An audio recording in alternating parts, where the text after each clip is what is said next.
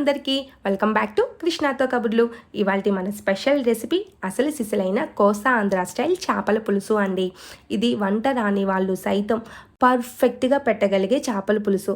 ఇది ఎన్ని కేజీలైనా సరే, ఎంత పెద్ద చేప అయినా సరే, ఎంత కాస్ట్లీ చేప అయినా సరే, నీచు వాసన లేకుండా ఉప్పు కారం పులుపు బాగా ముక్కకి పట్టేలాగా, పులుసు చిక్కగా వచ్చేలాగా 3 రోజులు నిలువున్నా సరే మన పులుసు అనేది టేస్టు రెట్టింపు అయ్యేలాగా ఉండే అంత పర్ఫెక్ట్ చేపల పులుసు అనమాట.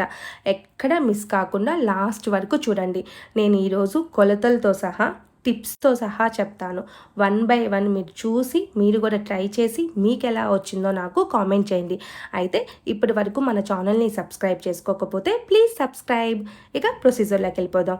ముందుగా మన చేపలు పులుసు చేసుకోవడానికి వెడల్పాటి ఒక గిన్నె తీసుకుని ఆ గిన్నెలో 1/2 స్పూన్ ఆవాలు, 1/2 స్పూన్ జీలకర్ర, 1 స్పూన్ ధనియాలు, 1/2 స్పూన్ మెంతులు వేసి అలా చిటపటలాడేంత మటుకు వేయించుకునేసేయండి.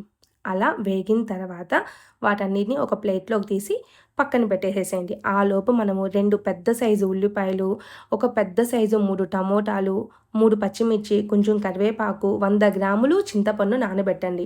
ఈ కొలతలన్నీ కూడా 2 కేజీలు కడిగిన తర్వాత వచ్చిన చేప ముక్కలన్నమాట. దానికి సరిపడే కొలతలు. దీనికి 100 గ్రాములు ఆయిల్ వేసేసుకుని ఆ ఆయిల్ అనేది హీట్ అయిన తర్వాత పచ్చిమిర్చి, ఉల్లిపాయ, కరివేపాకు ఇవన్నీ వేసి వేయించుకునేయాలి. అయితే ఈలోపు మనం వేయించిన ఆవాలు, అందులోకి ఒక 50 గ్రాముల అల్లము, పెద్ద సైజుది ఒక తెల్లగడ్డపాయ, అవన్నీ కూడా మిక్సీకి పట్టుకుని ఒక ముద్దలాగా చేసుకునేద్దాము ఆయిల్ కాగేలోపు.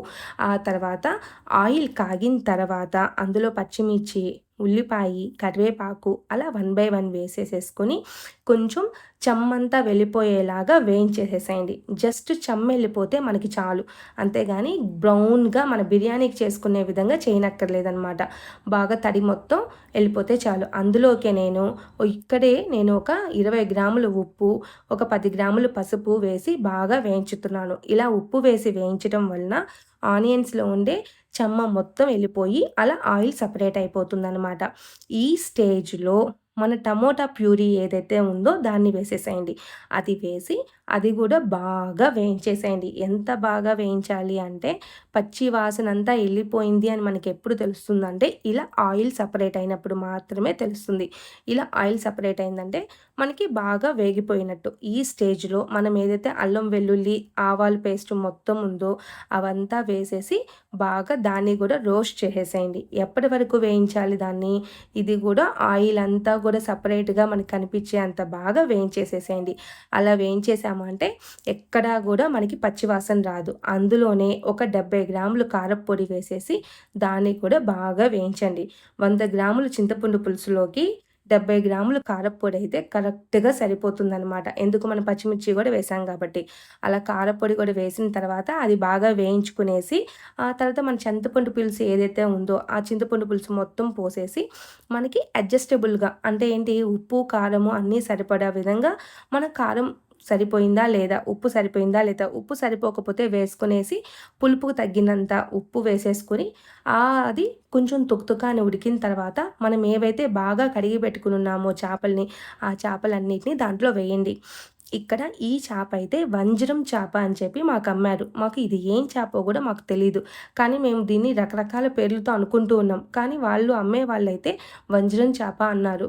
అది అవునో కాదో మీరు నాకు కామెంట్ చేయండి. అయితే ఈ చేప ముక్కలన్నిటినీ కూడా ఆ పులుసులోకి కరెక్ట్గా సరిపడే విధంగా వేసుకుని అడ్జస్ట్ చేసుకుంటున్నాం అనమాట. ఇక్కడ గెంట ఏదైనా పెట్టాలి అంటే ఈ చేప ముక్కలు మనం ఎప్పుడైతే పచ్చివి వేస్తున్నామో ఇనిషియల్ స్టేజ్లోనే ఈ చేప ముక్కలన్నిటినీ మనం అడ్జస్ట్ చేసుకునేయాలి. అలా అడ్జస్ట్ చేసుకుంటేనే మనకి అది అడ్జస్ట్ అవుతుంది. మళ్ళీ తర్వాత ఇంకా గెంట అన్నమాట మనం పెట్టకూడదు. గెంట పెట్టకుండా బాగా అలా అడ్జస్ట్ చేసేసుకోండి. వన్స్ మనం అడ్జస్ట్ చేసిన తర్వాత ఇక గెంట తీసి పక్కన పెట్టేసుకునేయాలి. లేకపోతే చేప ముక్క అనేది చెదిరిపోతుంది. అందువల్ల దాంట్లో పెట్టుకునేయండి. ఇంకొక విషయం ఏంటంటే ఇక్కడ పులుసులోకి ముక్క ఎప్పుడైతే వేస్తామో వేసిన వెమ్మటే చేపల్లో ఉండే వాటర్ మొత్తము కూడా పులుసులోకి రిలీజ్ అయిపోతుంది. రిలీజ్ అయిపోయి మనం పెట్టిన పులుసు కంటే ఇంకా కొంచెం ఎక్కువ అవుతుంది. అలా ఎక్కువైనప్పుడు బాగా ఉడకనియాలి. ఇక్కడ బాగా ఉడికితేనే చేప ముక్క అనేది బాగా ఉప్పు, పులుపు పడుతుంది. అంతేగాని నీళ్ళగా ఉన్నప్పుడు ఆపేయకూడదు. ముక్క వేసినెమ్మటే కొంతమంది ఆపేస్తారు.